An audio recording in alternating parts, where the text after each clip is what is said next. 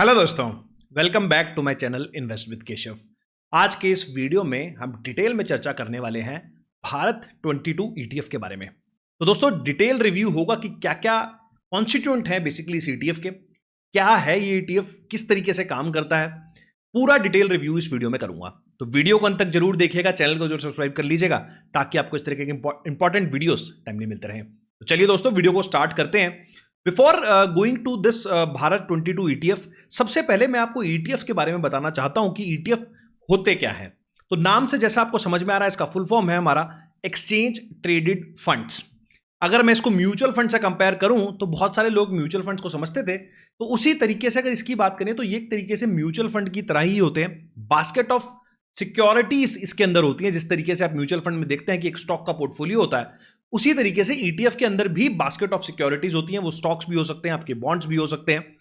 और फर्क यहां पर यह आ जाता है कि आपका जो एक्सचेंज ट्रेडेड फंड्स होते हैं वो रियल टाइम में हमारे स्टॉक्स की तरह ट्रेड करते हैं। मैं एग्जांपल के लिए मान लेता हूं, बहुत सारे लोगों ने निफ्टी 20 एक ईटीएफ है उसके बारे में सुना होगा। तो निफ्टी 20 क्या होता है कि जो निफ्टी का ही हमारा एक ऑलरेडी प्री बिल्ट इंडेक्स है 50 स्टॉक्स का, ये ईटीएफ इन्हीं 50 स्टॉक्स के अंदर इन्वेस्ट करता है। अब फर्क ये हो जाता है एक इंडेक्स फंड में और एक ईटीएफ के अंदर कि आपको, अगर आप ईटीएफ को रियल टाइम में मार्केट के दौरान अगर 12 बजे आप उसको सेल करना चाहते हैं, बाय करना चाहते हैं, तो आप रियल टाइम में कर पाते हैं। लेकिन म्यूचुअल फंड में क्या होता है, क्योंकि आपका जो एनएवी होता है वो डे एंड पे डिक्लेयर होता है, तो अगर आपने कोई सेल ऑर्डर लगाया तो डे एंड की जो एनएवी होती है उसके अकॉर्डिंग डिसाइड होता है आपका किस भाव पे वो सेल होने वाला है। तो अगर जब भी वॉलेटिलिटी इंट्राडे के अंदर ज्यादा रहती है तो ईटीएफ आपका, क्योंकि रियल टाइम में चलते हैं, उसकी वजह से इनकी प्राइसिंग थोड़ी सी बेटर हो जाती है इन कंपैरिजन टू आपका म्यूचुअल फंड। तो ये आ गया, आपको ईटीएफ समझ में आ गए होंगे कि ईटीएफ क्या होते हैं। थोड़े से मैंने ये भी बता दिया आपको कि म्यूचुअल फंड से किस तरीके से अलग है ये। अब बात करते हैं ये पे भारत 22 ईटीएफ ये क्या है। तो 2017 के अंदर गवर्नमेंट इसको लेके आई। अब उसके पीछे जो रीजन था वो ये था कि गवर्नमेंट का, आपको जैसे पता है, काफी सारे ऐसे पीएसयूज कंपनी है जिसके अंदर गवर्नमेंट का अच्छा खासा स्टेक है। उसमें पीएसयू बैंक्स भी हैं और बाकी जो कंपनीज हैं जैसे एनटीपीसी है। बैंक्स में आप देखोगे बैंक ऑफ बड़ौदा है, हमारा पंजाब नेशनल बैंक है। तो काफी हिस्सेदारी इसमें गवर्नमेंट की है और काफी टाइम से गवर्नमेंट का एक तरीके से मोटिव है, एक उद्देश्य है कि कहीं ना कहीं उनको इन कंपनीज से अपना डिसइन्वेस्टमेंट करना है। तो 2017 के अंदर जब स्कीम आई थी तो इसके अंदर, जैसे आपने नाम से थोड़ा समझ में आया आपको, भारत 22, तो 22 ऐसी कंपनियों का उन्होंने एक तरीके से नाम बताया। आप इसको पोर्टफोलियो ऑफ स्टॉक्स मान सकते हैं, जिसके अंदर गवर्नमेंट कहीं ना कहीं डिसइन्वेस्टमेंट करने जा रही है।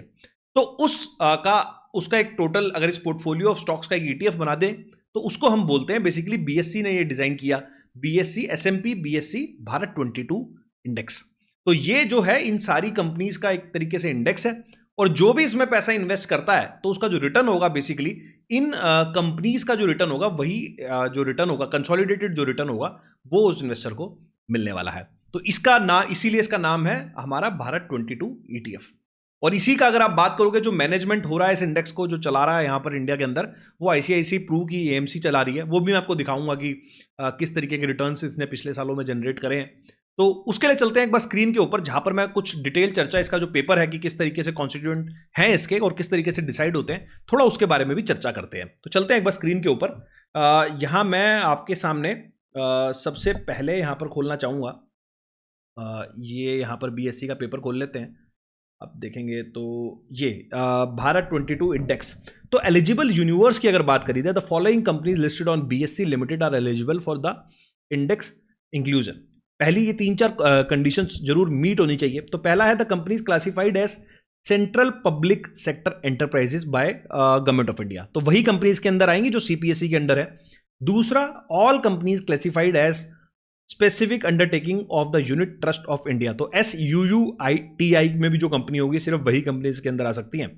All public sector undertaking banks, तो जैसे मैंने आपको बताया बैंक्स भी इसके अंदर आते हैं। फोर्थ जो पॉइंट है, all other companies disinvested by the government of India. तो जिन जिन कंपनी के अंदर गवर्नमेंट का स्टेक है और उसको डिसइन्वेस्ट करना चाहती है, वो सारी कंपनीज भी इसके अंदर आ सकती है। और इंडेक्स किस तरीके से बनता है, the government of India publish a list of certain stock from the eligible universe, all of which are under the disinvestment program. तो जैसे मैं आपको बता रहा था, गवर्नमेंट का डिसइन्वेस्टमेंट प्रोग्राम की वजह से इंडेक्स का बना था।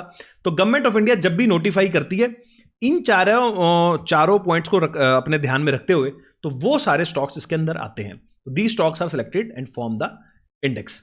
और वेटेज की अगर बात करोगे तो index constitute are weightage by the free float by their float adjusted market capitalization according to individual stock weight cap of 15% and common India industry classification structure micro cap indicator weight cap of 20%। तो 15% से ज्यादा किसी भी single stock के अंदर नहीं होगा।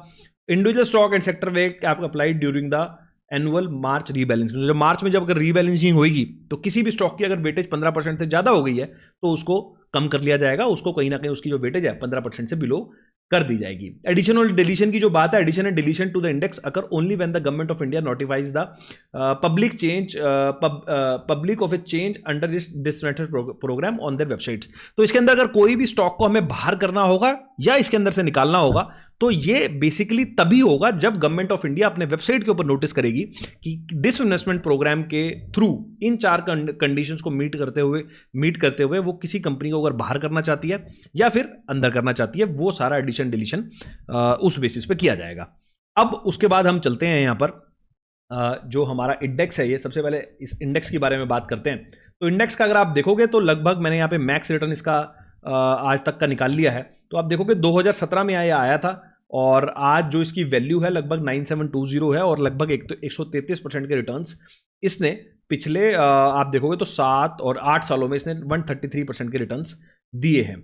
Dividend yield भी काफ़ी अच्छी है क्योंकि आपको जैसा पता है कि ये जो कंपनीज होती हैं इसमें गवर्नमेंट का जिसमें गवर्नमेंट का स्टेक होता है उसमें ये कंपनीज क्योंकि कैश रिच बिजनेसेस होते हैं तो ये आपको जो यील्ड होती है डिविडेंड यील्ड वो भी काफ़ी अच्छी देती है। तो पी रेशियो इसका 12.53 है, काफ़ी अंडर वैल्यूड। आपको पता ही है पीयू रेशियोज जो भी हमारी पीएसयूज कंपनी होती हैं वो वैसे ही काफ़ी कम रहता है। तो ये चीज़ है, 2.5% का इसमें डिविडेंड यील्ड है, 22 इसमें स्टॉक्स हैं। अब एक बार स्टॉक्स के बारे में भी बात कर लेते हैं। ये मैंने इसके कॉन्स्टिट्यूएंट खोल लिए हैं तो आप देखोगे बेसिकली एक्सिस बैंक के अंदर है हमारे पास, बैंक ऑफ बड़ौदा हमारे पास है। लेकिन कई लोगों को लगेगा कि एक्सिस बैंक तो प्राइवेट बैंक है, लेकिन नहीं, इसके अंदर गवर्नमेंट की हिस्सेदारी है जो कहीं ना कहीं इसी वजह से इसको लिया गया है। भारत इलेक्ट्रॉनिक्स है यहाँ पर, भारत पेट्रोलियम कॉर्पोरेशन है, कोल इंडिया है, इंजीनियरिंग इंडिया लिमिटेड है, गेल है, इंडियन बैंक है, आईओसी है, उसके बाद आईटीसी है, एलएनटी है, नेशनल एल्यूमिनियम है, एनबीसीसी है, एनएचपीसी है, एनएलसी इंडिया है और लास्ट में है अपना ONGC, power finance, power grid, REC, state bank, ये सारे एसजीएवन। तो आप देखोगे तो सारे पीएसयूज इन्होंने यहाँ पर लिए हुए हैं और आपको डिविडेंड यील्ड भी काफ़ी अच्छी मिलती है यहाँ पर। उसके अलावा अगर बात करी जाए यहाँ पर कौन कौन से ईटीएफ इसमें, जैसे मैं आपको बता रहा था कि एक ईटीएफ हमारे पास लिस्टेड है वो आईसीआईसीआई का है, आईसीआईसी एएमसी इसको चलाती है। अब उसके बारे में बात करते हैं, वो भी मैंने यहाँ खोला हुआ है। तो आप देखोगे आज की डेट में जो एनएवी है, एनएवी बेसिकली की जो इस ईटीएफ की है वो 106 रुपये। वही अगर रिटर्न्स की बात करेंगे तो पिछले 5 सालों ये जो फंड आया है वही 2017 के अंदर ही आ गया था, ये 186% के आसपास आया। तो आप बोलोगे कि यहाँ पर आपका इंडेक्स का रिटर्न 130 है, लेकिन 133% है, लेकिन यहाँ 186% है। तो बेसिकली इसको हम ट्रैकिंग एरर बोलते हैं। अब एरर अपर साइड पे भी हो सकती है, लोअर साइड पे भी हो सकती है। तो परफॉर्मेंस इसका ईटीएफ का हायर साइड के ऊपर आया है। तो 20 रुपये का लो लगाया था इसने ईटीएफ ने और लगभग आप देखोगे 124 रुपये की, 106 रुपये की वैल्यू एज ऑन डेट चल रही है। और हाई जो लगाया है आप हाई देख सकते हो, 116 रुपये का हाई लगाया, अभी काफ़ी नीचे चल रहा है ऊपर से। और 15,000 करोड़ रुपए लगभग इसमें मैनेज हो रहा है। इस ईटीएफ का एक्सपेंस रेशो भी काफ़ी कम है, सिर्फ 7 पैसे का एक्सपेंस रेशो है। तो ये चीज़ आपको इसके अंदर ध्यान रखनी है। तो काफ़ी अच्छा इंस्ट्रूमेंट है एक तरीके से। अगर आप देखें जो लोग भी डेट में इन्वेस्टमेंट करना चाहते हैं तो ये काफ़ी अच्छा इन्वेस्टमेंट उन लोगों के लिए हो जाता है जो भी पर्टिकुलरली डिविडेंड यील्ड वाले स्टॉक्स के अंदर पैसा इन्वेस्ट करना चाहते हैं या फिर डेट में अपना इन्वेस्टमेंट करना चाहते हैं। तो वहाँ से इनको एक ठीक ठाक रिटर्न यहाँ पे मिल सकता है क्योंकि ऑलमोस्ट डेट वाले रिटर्न ही आपको यहाँ पे मिलते हैं और कंपनी थोड़ी स्टेबल होती हैं। और पीएसयू कंपनीज हैं, काफ़ी अंडर वैल्यूड भी ये कंपनीज होती हैं। तो कहीं ना कहीं आप इसमें देख सकते हैं अगर आपको आपके इन्वेस्टमेंट होराइजन के साथ ये सूट करता है। और जो लोग एफएनओ के अंदर ट्रेडिंग करते हैं उनके लिए भी ये बहुत बेटर है क्योंकि एफएनओ के अंदर प्लेजेबल है। इसको प्लेज करके आप मार्जिन प्लेज करके अपना मार्जिन अपना एफएनओ के अंदर यूज़ कर सकते हैं। तो उनके लिए भी एक अच्छा खासा मीडियम हो जाता है कि वो इनको कंसीडर कर सकते हैं। आई होप मैंने सारी चीज़ें क्लियर करी हैं। फिर भी अगर आपको कोई डाउट है इसके बारे में तो मेरे को कमेंट सेक्शन के अंदर जरूर बताएं। इस वीडियो में इतना ही, मिलता हूँ आपसे अगली वीडियो में इसी तरह के कुछ नए और इंटरेस्टिंग टॉपिक के साथ। नमस्कार, जय हिंद।